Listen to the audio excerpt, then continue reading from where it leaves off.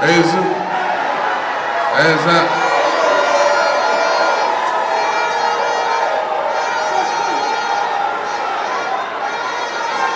you very much. Thank you. All right. I'm not going to say much, but let me thank the leadership of Perez Chapel for giving us this their beautiful church auditorium to hold this program. Reverend Ajinasari is my small brother. We grew up in Tamale together, and so I want to thank him and the local pastors of this church for allowing us to use their venue. I also want to thank all the churches in Ghana, because in most of the places I've gone to meet our delegates, the churches have the biggest, locations that make it convenient to meet. So the Church of Pentecost, Presbyterian Church, Assemblies of God, Christ Apostolic Church, Perez Chapel, Catholic Church, and all the other churches that have allowed us to use their auditoriums wherever we've gone around the country. I want to thank you very much. The only message I'll leave with you is we can retain these seats if we're united. And so let us be united. We can't afford to let this seat go. On May 13th, we're going to the polls to select our parliamentary candidate and our presidential candidate. As far as I'm aware, 3 people are standing, 2 including the incumbent. And I've said somewhere that if we could send all the 3 of them to Parliament, we will do so. But the law allows us to send only 1. And so we'll have to select 1. So at the end of the day, 1 person will emerge. But what I expect is that as soon as that 1 person emerges, let's all close our ranks and support the person. It is said that God's time is the best. And so it is somebody's time today. It will be another person's time tomorrow. And the way we support that person is the same way that we will also be supported when it gets to our turn. Thank you very much. After saying that, I want to thank you for the promise of 100%. And I know that Ablekuma Central, anytime you have promised me, you have fulfilled your promise. I came in 2019, you promised me you were going to give me 90-something%, and truly when we finished casting the votes, you gave me exactly what you said you were going to give me. And so now that you said you're going to get some of the rejected ballots and the ones that Professor Alabi took, you're going to get all back and add them. No, I want you all to thank him for me. He's been a true brother. So he said the ones that gone missing that he took, he's adding all of them back. And that's why when chairman says 99.9%, I know it is going to happen. We need experienced hands to rescue this country. We all know the situation in which we are. We handed over, the thing about our democracy is, it's like a baton race. So you run and give the baton to the next person. Rawlings started it in the Fourth Republic. He gave to President Kufuor. Kufuor ran, gave the baton to President Mills. President Mills handed over the baton to me. And in 2016, I handed over to Nana Akufo-Addo. Unfortunately, Nana Akufo-Addo started running in reverse instead of running forward.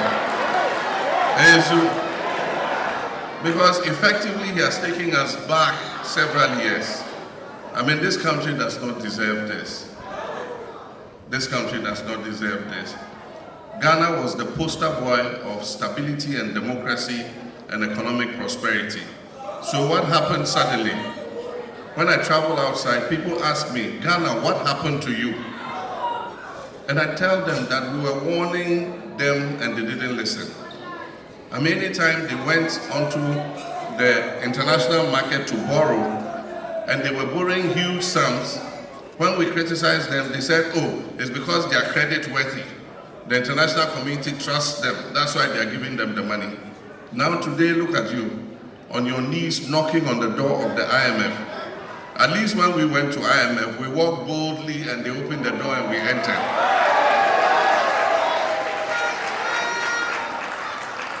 And so there was an economics professor who told her, he said, you better go to the IMF now while you can walk, otherwise you'll be sent to the IMF in an ambulance. Today they are in an ambulance knocking on the door of IMF, begging every country to forgive their debt. And yet when you were borrowing recklessly and we told you, you refused to listen.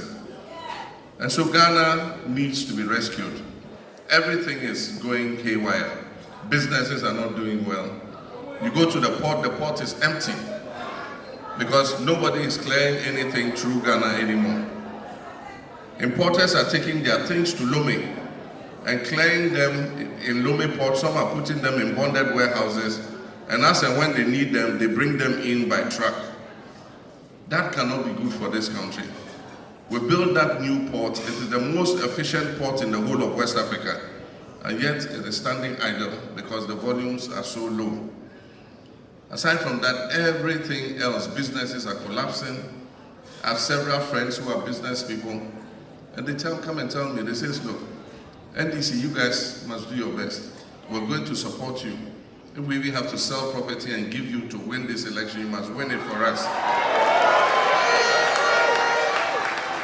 Because our businesses are collapsing. And they all remember, they say in 2016, when NDC was there, their businesses were doing well. And one of them told me that I made more money even under Dumso than I am making today. And that's the gospel truth. Because things are not working, taxes are being put more on the businesses. They said we're going from taxation to production, and that we're going to reduce taxes because we were charging too many taxes on industry. Today the taxes are the highest we've ever witnessed in the history of this country. If you go to a supermarket and buy something, just look at your receipt. The true cost of your items might be less than 600 cedis, 500 and something. And yet when you go to the till to pay, you pay 800 and something.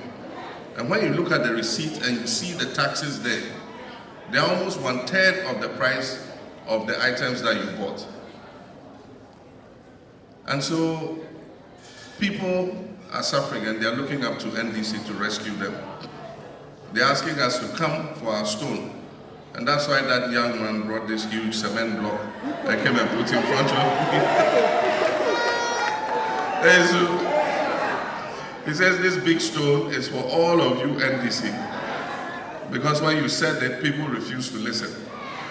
They were taken in by the sweet promises that these people made.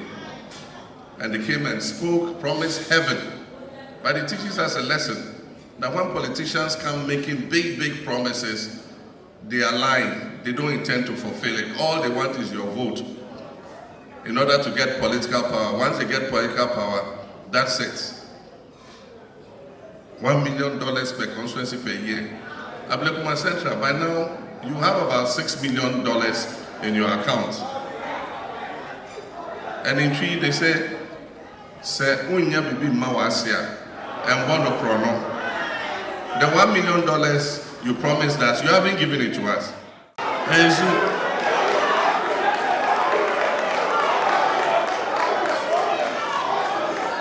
if you ask their DCs and their MCs, they will tell you that sometimes they have to borrow to fulfill obligations in the assembly because the district assembly's common fund is just not being paid. And so, they want to mortgage the GET fund and take in what they call a Dachi bond.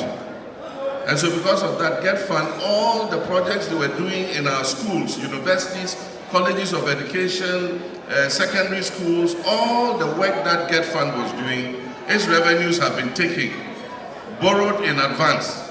And so GET fund cannot pay the contractors. And so you go to the secondary schools, the dormitory blocks we're building, the classroom blocks we're building, they are all at a standstill. And so it makes the situation in the schools not conducive to teaching and learning. And that's why the children are finding it difficult. You waste money, you spend money on your child, dispatch him to school, in 4 weeks he's coming back. Why are you coming back? Because of red, gold, green, and this one has to go, we also have to come. And so, it creates a problem for the children. The feeding is not good. A lot of the food is so bad. And sometimes they don't get food at all.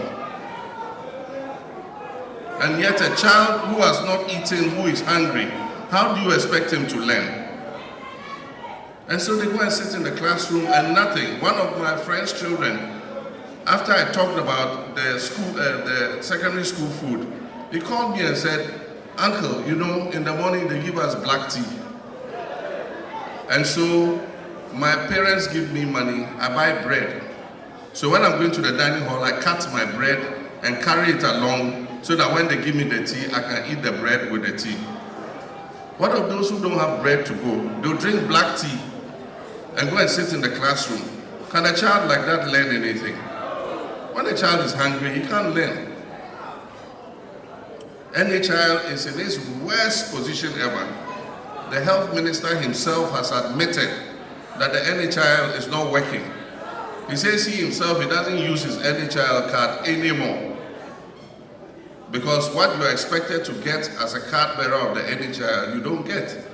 And you don't get it because government is not paying the hospitals and the facilities for treating any child card bearers. You go there with your card today, the best you will get is paracetamol. That's if you are lucky. In some cases, they say the paracetamol is finished.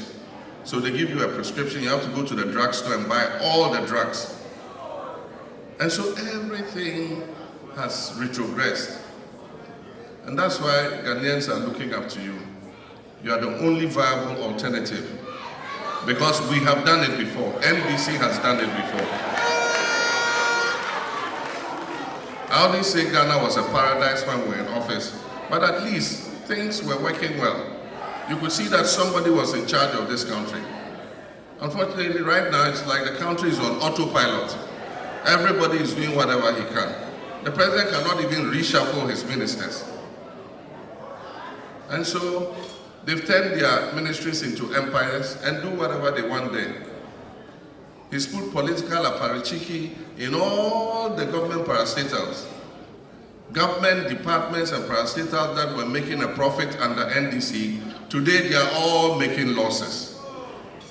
And people are there just chopping with both hands. And that's why MPP must leave office, so that the people of Ghana can hold them accountable.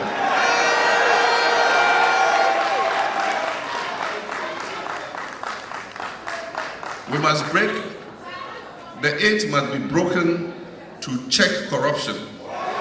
So the 8 must end there, and NDC must come into office so that they can account for all the corruption that has taken place. Otherwise, they are going to sweep everything under the carpet and just continue chopping with both hands. It is time for probity and accountability. And those who have stolen the people's money and misappropriated funds must be prepared to account for it. The anti-corruption institutions must work. We're not going to victimize anybody. We're not going to unduly go after anybody, but we will let the anti-corruption institutions work. And whoever is caught in the web will be sanctioned. It doesn't matter who you are. We need to bring back good governance in this country. And that's why I've said that one of the major sources of corruption in this country is procurement. And so one of the things we're going to establish is an independent office of value for money. And every contract that is more than $5 million must be approved value for money before any agreement is signed. And we're going to let the Ghana Institute of Engineers, the Ghana Institution of Architects, help us to set up that office. And if you get any contract that is more than $5 million, it has to go for value for money audit, so that we're sure that Ghanaians are getting true value for anything that government is procuring. That is one means of checking corruption, aside from strengthening the anti-corruption institutions and empowering them to investigate anybody Whether you belong to the NDC or MPP or any party, if you are involved in corruption, the anti-corruption institutions must deal with you.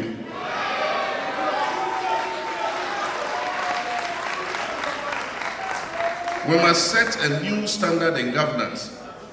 And that is why I say we will establish a governance advisory council. It will be an independent council.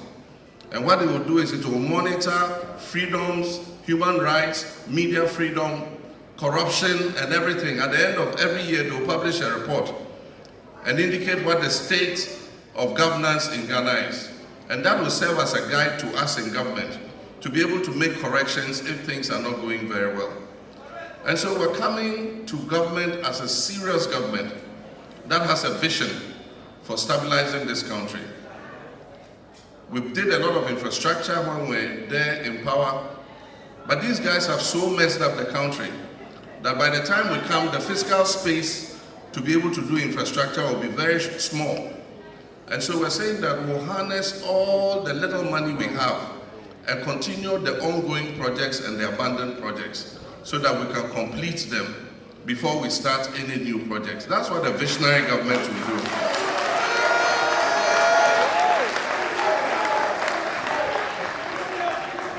And if we are to succeed, it will depend on you. And that's why I'm saying the campaign 2024 is going to be in your hands. And because it's going to be in your hands, I also make you a promise. You've promised me 100%, I'm also making you a promise that the resources that you need to do the work, the t-shirts, the money, the posters, the bicycles, the motorcycles, the vehicles,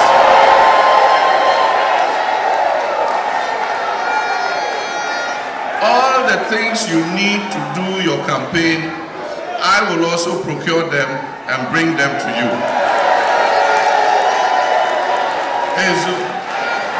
And we're going to bring them directly to you. They are not going to pass corner before they reach here. So when we share for the 275 constituencies, the one for Ablekuma Central, we'll bring it directly to Ablekuma Central. And we're going to get 3 of you from each branch, the chairman, the secretary, the women's organizer. And when you come, we're going to count the items in front of you. And then you all sit down and agree how to share them. And once you share them, everybody will take his share back to his branch and share it with your 9-member executive.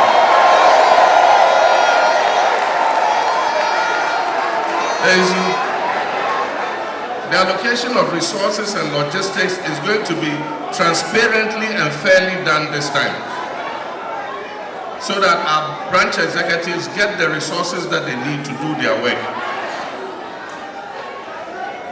We're also going to motivate you with a reward system. Every branch, we're going to look at what you got in 2020. And we're going to show you how many more votes we need you to increase your votes by. And every branch that is able to reach that target and exceed it, all the 9-member executives in that branch, we will give you a handsome reward.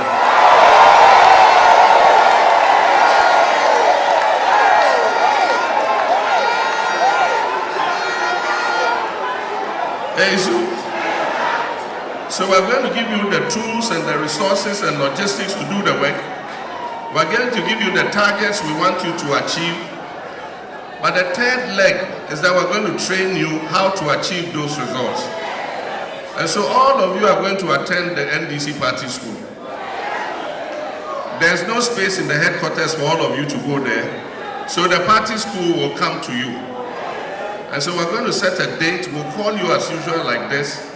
And Peter Otokuno and Co. Oh, he's gone. He's a lecturer at the party school, your own Otokuno. So that day they'll come here, teach you party history. What is the history of the NDC? How did the NDC come into being? Who were the founding fathers, Jerry Rawlings, his vision, all those things you'll be taught. They'll teach you the ideology of NDC, social democracy, what does it mean? And they'll also teach you your roles as chairman, as secretary, as organizer, They'll teach you what the party expects you to do, so that we don't have the chairman doing the organizer's work and the secretary doing the chairman's work. Everybody will know what his role is. So you'll be taught all that. You'll be taught how to campaign, persuasive communication.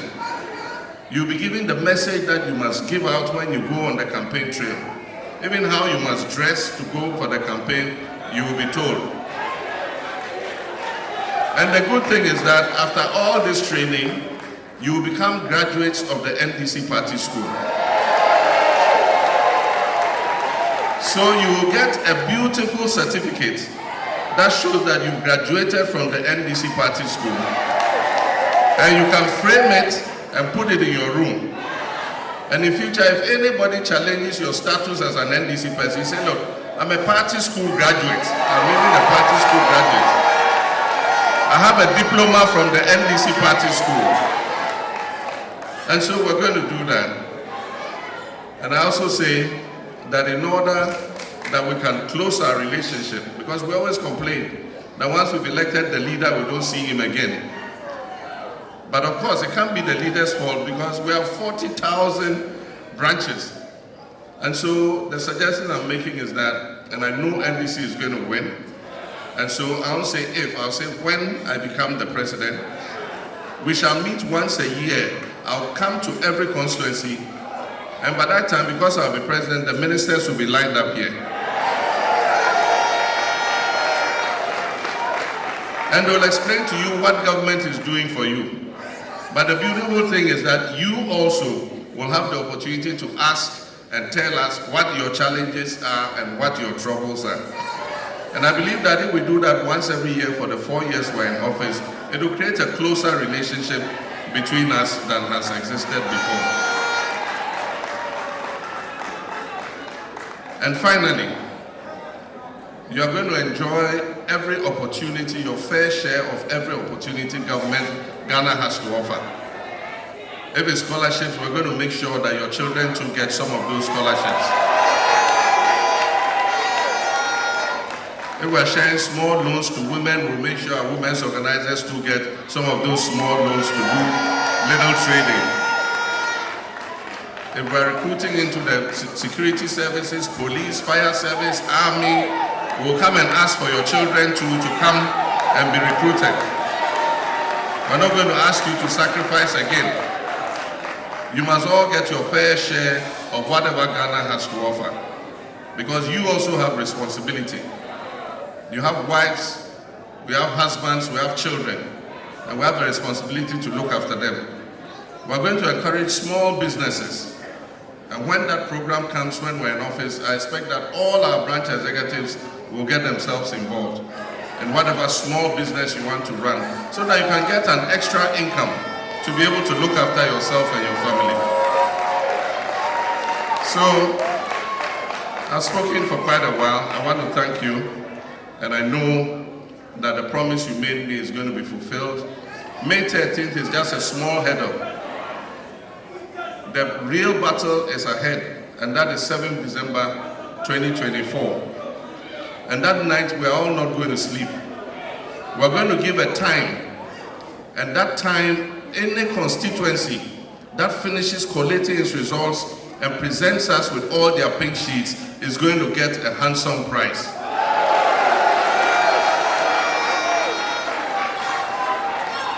And so if you collate your results quickly and you submit them to the regional secretariat with your pink sheets intact, the constituency is going to get a special prize. And so we expect that everybody will work hard. That night, nobody is going to sleep. The work of collation and transmitting the results is not the job of only the elections director. It is the job of everybody, chairman, youth organizer, everybody. And all of us will stay awake and make sure that that collation is done before we go to bed. I want that by 1 a.m. on 24th December, getting to 2 a.m., we've received all your results and we know that NDC has won the election. We don't want to cheat anybody, and we don't want anybody to cheat us.